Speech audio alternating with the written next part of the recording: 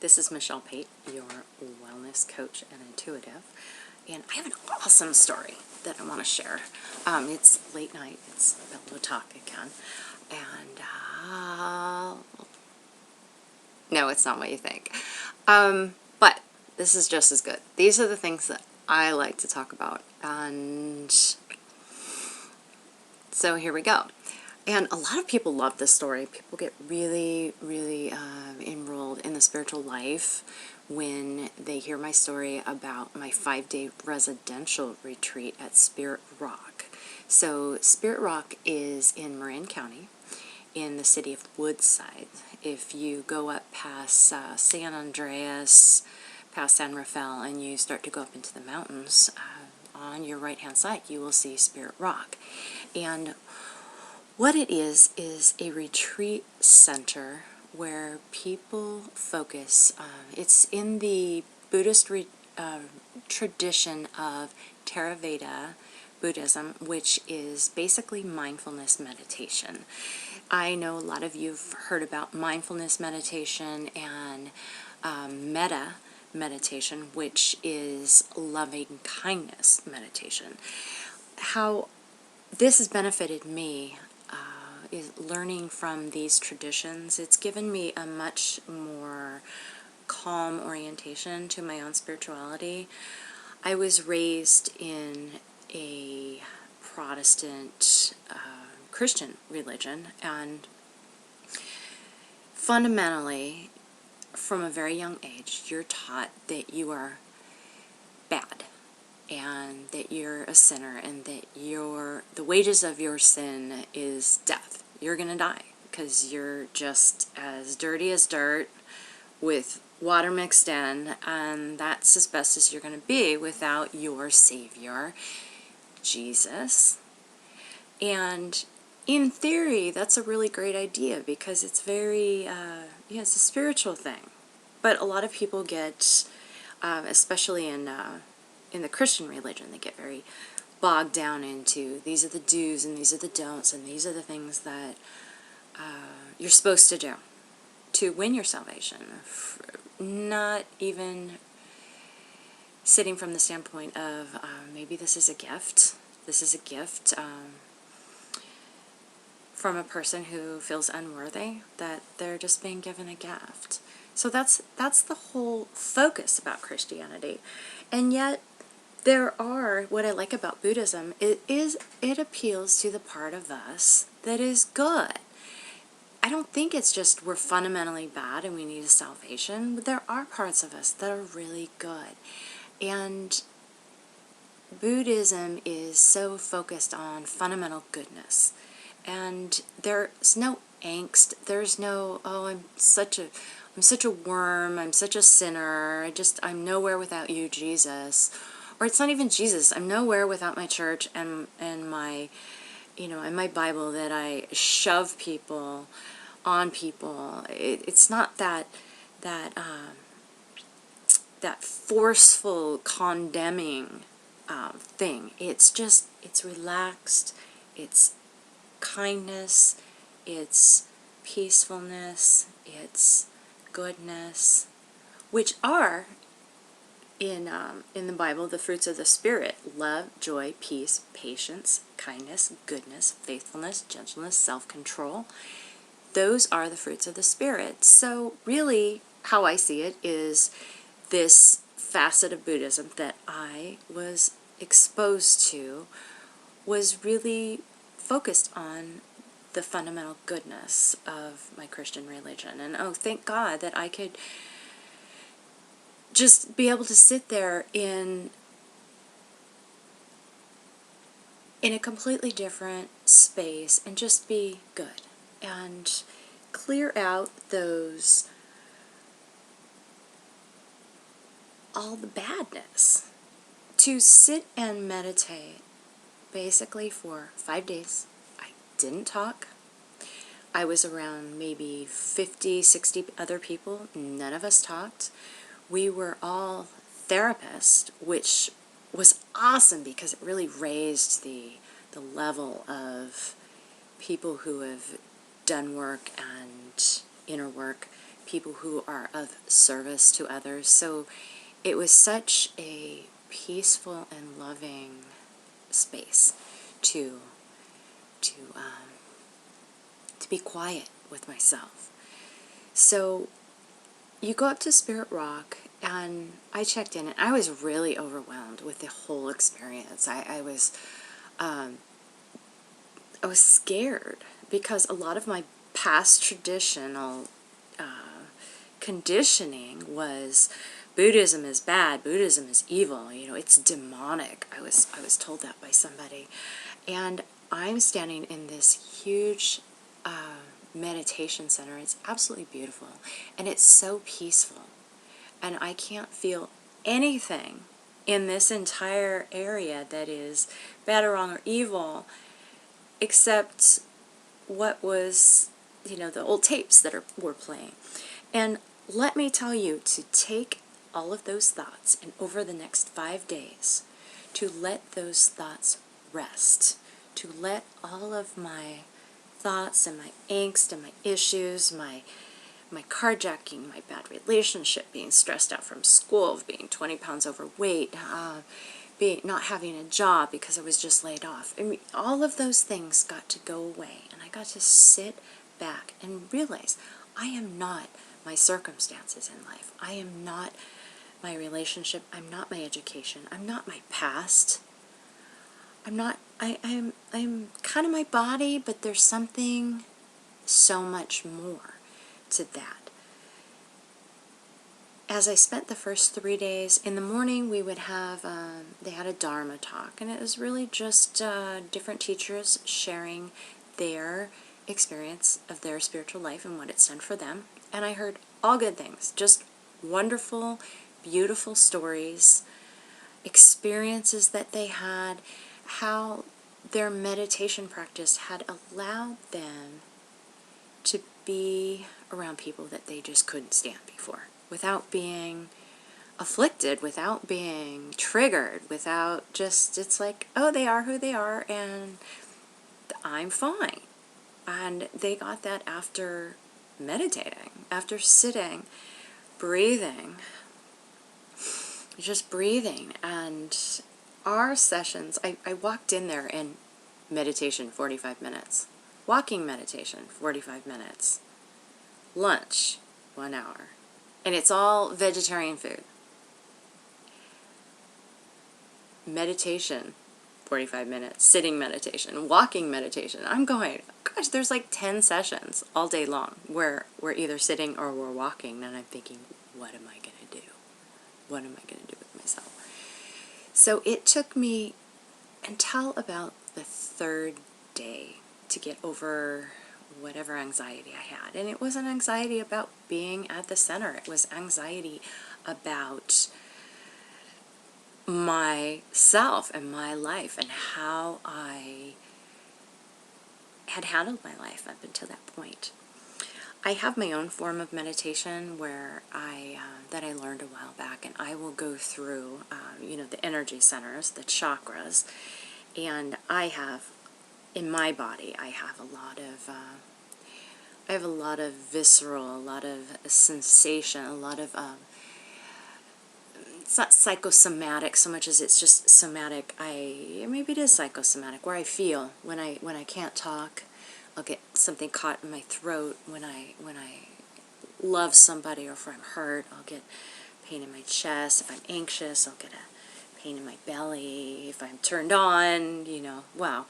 And then there's also the feeling grounded or feeling kind of woozy. So that goes down 3rd chakra. And then, like, in my mind's eye, like, can I envision, what do I envision for my life? Am I seeing things clearly? And then the 7th energy center, this chakra, is my spirituality, my connection to God, Source, Great Spirit, all that is, aka the universe. So, and then how are these centers, are they overactive? Are they shut down? Am I open? Am I closed? So during this time, when I got kind of just bored with breathing, I would get in touch with things that I was thinking below my neck. So the breathing was wonderful, and I could feel in my heart start to feel and start to slow down. And I think I went through every person in my life that was important to me. Claimed forgiveness, gave them their heart, any energy back with them, took my energy back, and just separated myself. Like, I am whole and complete in my heart. I did that with my belly. That was a huge thing for me. I had so much anxiety at that point in my life, and I was really looking to regain my own personal power, feel calm and secure within myself, and have those outer things just be on the outside. Like, it's so important for us to shield ourselves from other people's energy, because it can get in there. If it's more negative than we are, it can impact us. Even if it's really big, if somebody is more evolved than we are in any area, we tend to get a bit intimidated. So we might have a reaction in those parts of our body as well. So being in this retreat, at about the 4th day, I was feeling pretty good. I was feeling really quiet. I've been eating great food all week. I think I even went dairy free, and I ate very simple foods, cooked greens, tofu, rice. That's when I discovered rice milk, was that weekend. That's when I discovered agave, which I don't eat anymore, but that I used that as a coffee supplement for a while, yes, and I went without coffee. The bells rang at 6 a.m. to wake you up, at 7 a.m. to tell you to go to breakfast, or 7:30, I believe, at 9 a.m. to go to your first Dharma talk. And it was a really beautiful way to wake up, to hear just these chimes and these bells going off in the distance. And there were different bells for different things, like the Dharma talk had a certain bell, and the meditation and the kitchen had another bell. We also did work meditation. One of my things was after dinner, every night I was one of the people who washed dishes, and I spent most of my time restocking dishes, and that was really fun, because all you're really doing is paying attention to what you're doing. And how often in life are we thinking about something else while, instead of just paying attention to putting the dishes away? So that was really incredible as well. So about, I think, the 4th day, what happened for me is the nature. This place is beautiful. It's out in nature. It's just woods and fields, and I went on a hike, and I was just so completely present to everything around me. Like, what I used to see as weeds, they were actually quite beautiful. Like, they were this pretty blonde color. They didn't look all dried out. They looked very soft.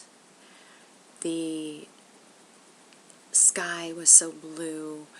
I went on this walk up into the trees, and I kept seeing these little lizards everywhere. And I don't know if you've ever noticed, but lizards, they look like they're doing push-ups.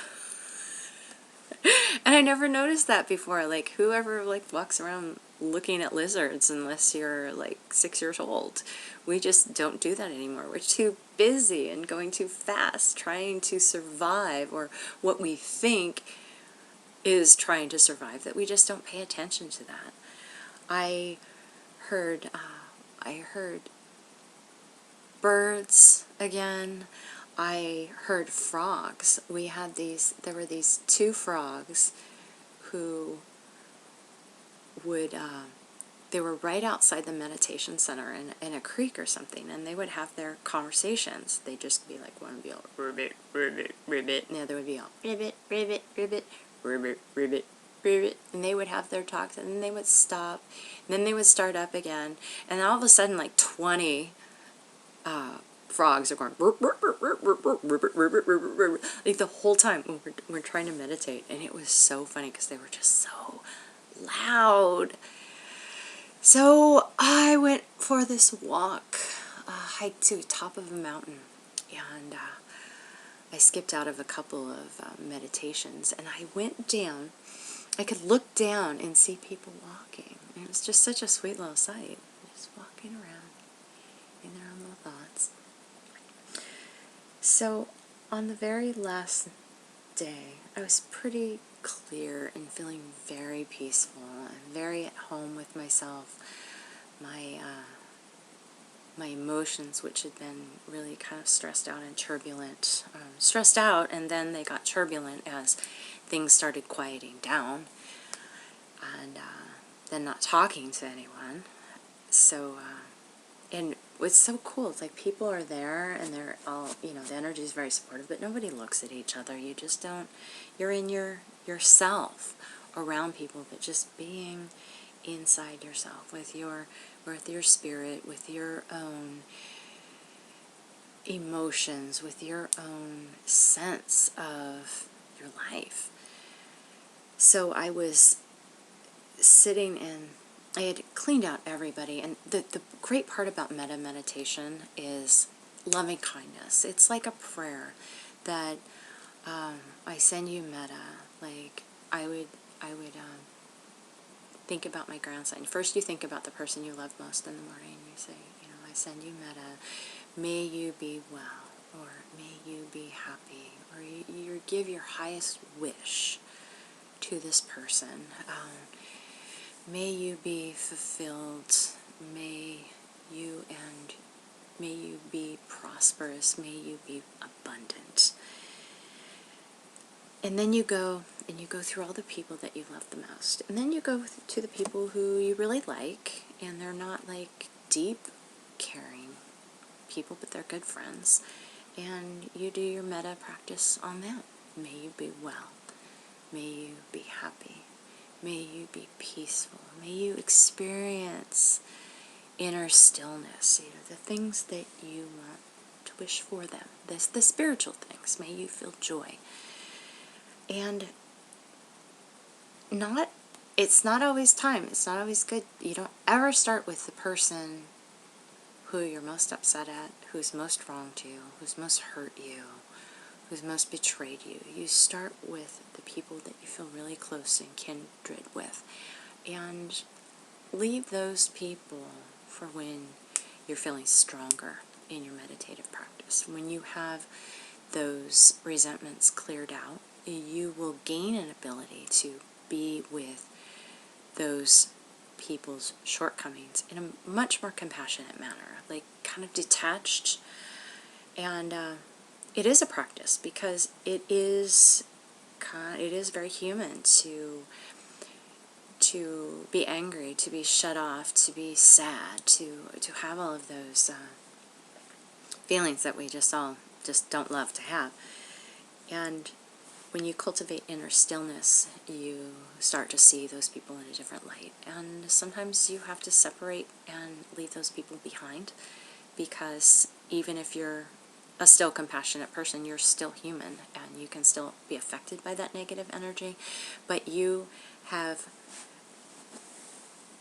purged your own negativity and your own reactions and your own triggers out of your system, so you're just no longer affected, because that's just not part of who you are. You've transformed, you've risen above it, you've changed your reaction to those people because you're able to sit with those feelings in yourself. And what happens is just an ability to be with those people. It's like sending a blessing to them. So on one of my very last days, my big question was, in the relationship I was in, it was always a very turbulent relationship. I was with a person who just had a lot of angst and a lot of upset and was not a happy person. And if you're a happy, sunshiny person, just don't go to the dark side and try to make somebody feel better about themselves so that they'll love you. I mean, it's just, usually not going to happen, and it could really bring you down and hurt you. But yes, sometimes we have karma that we need to work through with that person, and we have to, on some spiritual level, I think with some people we have to let them hurt us so we can experience and have those negative feelings that they have, so we can overcome them, so we can maybe teach other people how to overcome them. So I was meditating, and I got to the point where I could feel the deepest part of my soul. And let me tell you, it's beyond the body sensations and the chakras, and it's when everything in you is super quiet. And it is like down in your... It's down, way deep down in your gut, like almost at the base of your spine. And it also encompasses all of you. It's like that voice you hear when you're driving around the road, and it says, turn left. And you turn, and it saves you from an oncoming truck, stuff like that. So this was my last person, and I asked this voice, and I said, am I supposed to be with him? And the voice is really clear, and it says, no. And then my heart goes, oh, that's going to hurt. Because I was really attached to him, and I loved him a lot, and it was just, who we were evolutionary was just very, very different. So I knew then, and that retreat slowed me down so much to where I was able to see things clearly, and I was able to see him clearly. Now, it didn't make me open to him. I think I needed to be away from him and have my own biochemistry, my own be separate, because we had gotten so entangled and so much upset from misunderstandings that we needed to separate, but we couldn't. So over the next 2 months, I changed. Instead of sitting and trying to work it out and trying to fight it, I would just get up and leave. And it was very sad. It was very hard. But that was start of the undoing of the relationship, which really needed to happen so I can move forward in my own healing, in my own evolution, my own career, and who I am on this planet, who I am as a human being, as a spirit, as a body, as just an ordinary person. So yeah, meditation doesn't always give you good news, but it will give you guidance, and those answers are all inside. And if we get super quiet, in the Christian tradition it says, be still and know that I am God. And I'm not saying that I'm God, but I am part of all of this that's created. So there is a facet in the hologram where I'm created in the image of God, and I reflect God's essence. So being still, then when God, which is basically the great essence, is speaking to you. I loved my time at Spirit Rock. It was some of the most precious time I ever spent with myself. I got to know myself in a really, really deep way. And I still do things differently now. I trust myself so much deeper. When things get really turbulent, I can go back and source that deep voice where I just go, yes, this is the right way to go. No, this isn't. Or sometimes it's just like, okay, wait. The timing's off. You need to wait. And let me tell you, waiting is not a lot of fun. But I learned that when I'm waiting, I can always be meditating. I can always be clearing. I can always be checking in with myself and learning something new about myself. So if you think about it, all of us who have studied geology, the stars, and the earth and know all the composition of all of the earth science, and we've studied biology. We know the composition of the cells, and there's many cells in a person's body as there are stars in the sky, so it's all very, very complex and very complicated. And so what makes us think that the spirit of whatever created this and the spirit of who is inside is not that great and grand and complex? So anyways, I'm going on 25 minutes about talking about my trip from Spirit Rock. I hope you got something out of it. Check it out, spiritrock.org. It's up in Marin County. Absolutely wonderful, beautiful place. Learn to have a wise heart and a free spirit, and be grounded in your body at the same time. Anyways, it's Michelle Pate, your wellness coach, and peace out.